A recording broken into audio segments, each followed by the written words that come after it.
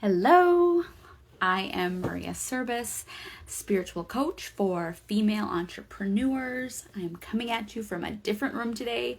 My husband was working out, so I'm like, okay, I need to find the room that's in the farthest corner away from that. Okay, so typically when I go live, I will share a message that is coming through, something that when I'm in my meditations in the morning in the Akashic Records, if there's something that feels like I want to channel a message through from the masters, teachers, and loved ones, I will come live. However, I do think I'm going to be switching that up. So anyways, if you enjoyed that, if you would enjoy something like that, be sure to send me a DM if you want to be part of these channeled messages. They are really fun to come through.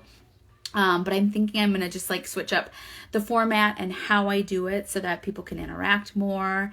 And yeah, also I do share light language messages on this account, the Soulpreneur Coach. Light language is the message of the soul, and it can come through via spoken word, written form, and movement based. Honestly, like, it's something like, as kids, like kids can connect to it because kids, they are more recently on the other side. So it was really interesting. I recently in the last 6 months especially have been tapping more into light language with my mentor, Amy Robeson. And it's been super fun, and it just starts to flow. Like all these things, meaning I just am a much more open channel. I've done a lot of healing and a lot of work. I mean, in the last 6 to 8 years, but in accelerated speed in the last year. And so anyways, like, it's been so fun just channeling. I often will do like the spoken light language.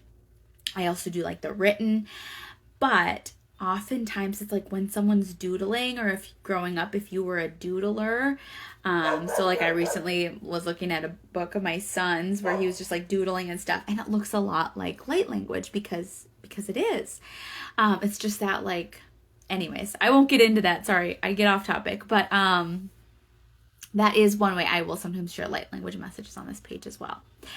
All of that to say, today's Instagram live is actually going to be about, oftentimes I get this question with intuition. So I am all about helping female entrepreneurs infuse intuition and their spirituality and spiritual gifts into their business so that you can 10x your business without the burnout. Now, something I will often hear though for female entrepreneurs, especially multi-passionate ones like myself, I get it. I have ADHD. I also used to have very high-strung anxiety. I tend to be a type A high-strung person. So oftentimes, depending on where you're at in your own intuition journey, some of the resistance that comes up about really using this in your business is that people ask, what is intuition versus like just my busy mind chatter? How do I know if something is intuition, or if it's my busy mind, or if it's like a fear coming up, that I need to move past, or if it's the doubt coming up that I just need to move past? So how do we know? And I did a reel on this week, and I'm like, okay, I can't go into the how in even like a 30, 60 second reel. So I wanted to go live about it. Okay.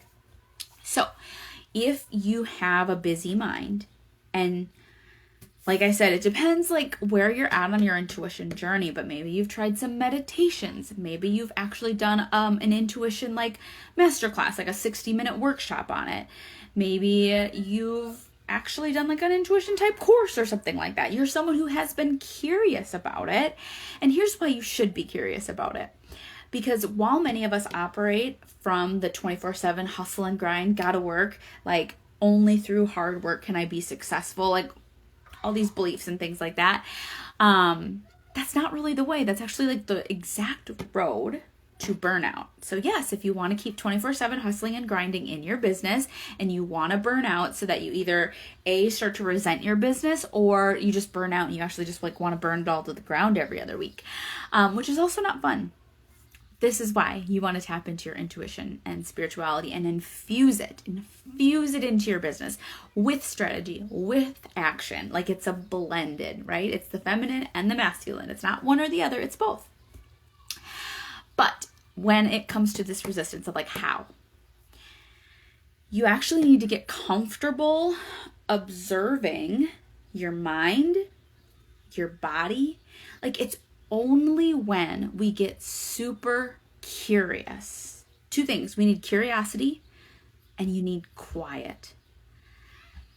Now, what gets in the way of quiet? I know, a lot of things. Your like never-ending to-do list, your busy schedule, like even the always having to have the radio on or the TV in the background, or gosh, if there's a moment of awkward silence, I'm probably just going to grab my phone and scroll. Like, I get it. Your brain has been trained like to kind of always want what I'm going to call like brain candy in front of it. But if you start practicing in small doses, and I know for an ADHD like busy mind, this can be tough. So I'm always going to suggest doing this in small doses. For me personally, I didn't go from, let's say back in 2017, 2018 is the first time I was really trying to myself practice more meditation and mindfulness. In my career, I was always really good about telling everybody else to do these things, but like, was I practicing it? Not really. Not until 2017, 2018 did I start really trying. And so here's some tips. If you have a busy brain, don't all of a sudden start to try to go to like 0 to I need to be able to do a full 20-minute meditation, either silent or even if you were listening to something. So here's some things that I tried. One, I really kept my expectations for myself practicing something like mindfulness or a meditation, an audio guided something, or a visualization, or throwing on a YouTube video of a visual meditation. Always started it in small doses. I'm like, if I can do this for 3 to 5 minutes, that's a win.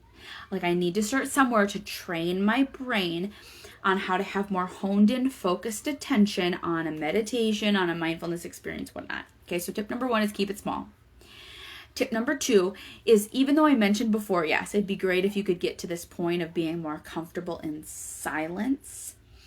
Initially, if your brain does better with an audio guided meditation or having some type of maybe like again like a YouTube meditation where you have a visual that you're watching and you're following it, so now there's an audio and a visual component.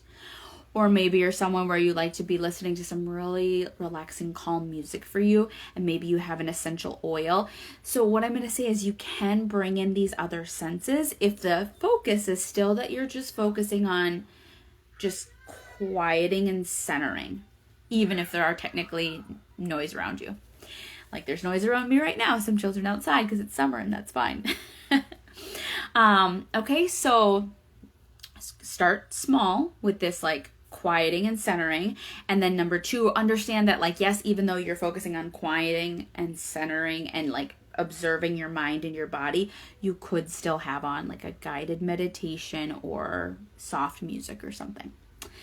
Okay, so you want to start that. Oh, and then let me add a third thing that kind of goes with number 2, but a third thing is that if you're starting this skill, I really loved body-based mindfulness strategies at first, because like getting into my body was also really helpful in quieting my busy mind.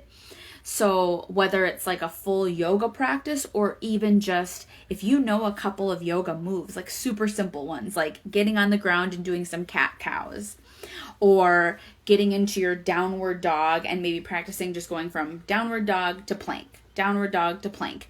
So I'm just saying, choosing like a couple yoga poses like that. Or one of my favorites is called pushing prayer pose that I kind of made up, where you bring your hands down into prayer pose, you have your shoulders relaxed, you push and you exhale.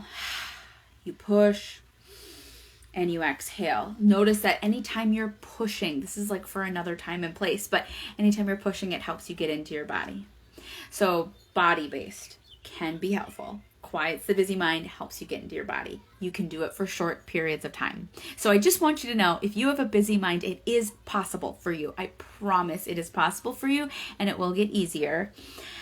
Okay, so that's kind of like a stillness piece. Now here's the get curious piece. Again, depending on your own, like how tapped in you are to your own intuition, I will describe it like you maybe notice intuition either as like it's completely closed up. You have no idea what's intuition, what's not, or you're telling yourself, I don't have any intuition, Maria. I'm going to say that's like closed off. The faucet is turned off, like for you, how you're perceiving it, like you're just not perceiving it. Or maybe you experience your intuition as like a trickle, like it's dripping out, and maybe you only notice your intuition, like maybe it comes out for you, like I don't know, it could come out maybe when you're sleeping in dreams and you're getting little messages and you're kind of like, and you act on some of that. Or maybe you're noticing it, like for some people, they'll really only tap into their intuition when they have something big, major happening in their life and they just decide to make a decision and they kind of go with their intuition. So some people, if your intuition is kind of like turned on, but it's at trickle level, you're like basically sometimes receiving intuition or what you're calling intuition, and you're sometimes even acting on it, but it's still not super intentional, and you still like aren't at this point where you feel like you can just tap into your intuition whenever you need it. So again, your intuition either could be closed off, you like have no idea what's my intuition, Maria, or it's coming out at a trickle. And we want to get you to the level where you can really trust and know your intuition. But if you want to get to that point, you need to be able to observe and get curious about everything else that's happening in your mind and your body. And for many of us, we don't slow down long enough to do that very often. So that's why you can start with some short mini meditation or mindfulness exercises. And then from there, you're going to start getting curious about all the busy thoughts. And you're going to start to notice. So I've walked women through an exercise where you either start to brain dump all these thoughts that are coming out, and then you might just start to notice patterns. The patterns might be, this is my worry voice. Worry voice always sounds like this. She's always thinking 5 steps ahead. Then you might pick out, this is my self-doubt voice or my inner critic voice. She's always super hard on me, and she's always like telling me I can't do this. And ultimately your inner critic is technically meant to keep you safe. So that's why she's always like second guessing, like, can I do this? Should I do this? So you start to notice these little patterns about your thoughts, and you're like, that's my fear voice, that's my worry voice, that's my inner critic voice. If you've ever done, there's a form of therapy called IFS, Internal Family Systems. This is kind of where I got this concept from, where you start to self-talk, self-dialogue with yourself. You observe your mind, you observe your thoughts, and you notice these different parts, okay? So you begin to get curious. You begin to start to know what these different quote unquote voices sound like, right? Like my fear, my ego, whatever that is, you start to notice those. You also start to notice body, okay? Body is something else that you start to notice. My heart's going fast. My heart's going slow. I have some tension in my shoulder today. My hip feels interesting. But notice how when we're getting curious, whether it's about our thoughts or about our body, we're doing it from a place of curiosity. We're not really getting into like judgment and story, like, my hips always hurt, this sucks, or dang, I just always get stuck in this worry loop, this sucks. Like, you're not really trying to judge it, you're just observing it. This is a huge skill set. Once you begin to learn how to kind of step back, step out of all the junk, and you can just observe it. You can observe, there's worry. There's my fear over here. There's doubt. This is my like playful inner child self. There's my body. Okay, yep, I can feel my shoulder feels a little bit tight today. You're just observing. And when you start to just observe, that is when you will begin to start to notice what's under all of that is you. Like your true authentic self, and also where you will notice the difference when you get intuition coming in, because you're going to know, no, that feels like my worry voice right there, or that's my ego coming in saying I can't do it. For me, now this is different for everyone. And since this isn't like a full intuition masterclass, but like how everybody senses their intuition can be different. But for me, when I sense intuition, it comes more from this area like near the tip of my sternum between my heart chakra and my solar plexus. It's like, that's where I notice the information coming from, shall we say. Or, now that I have more fully opened my intuition, along with just being able to pick up on my own intuition and psychic abilities, which are kind of the same thing, but I'll call them separate for now.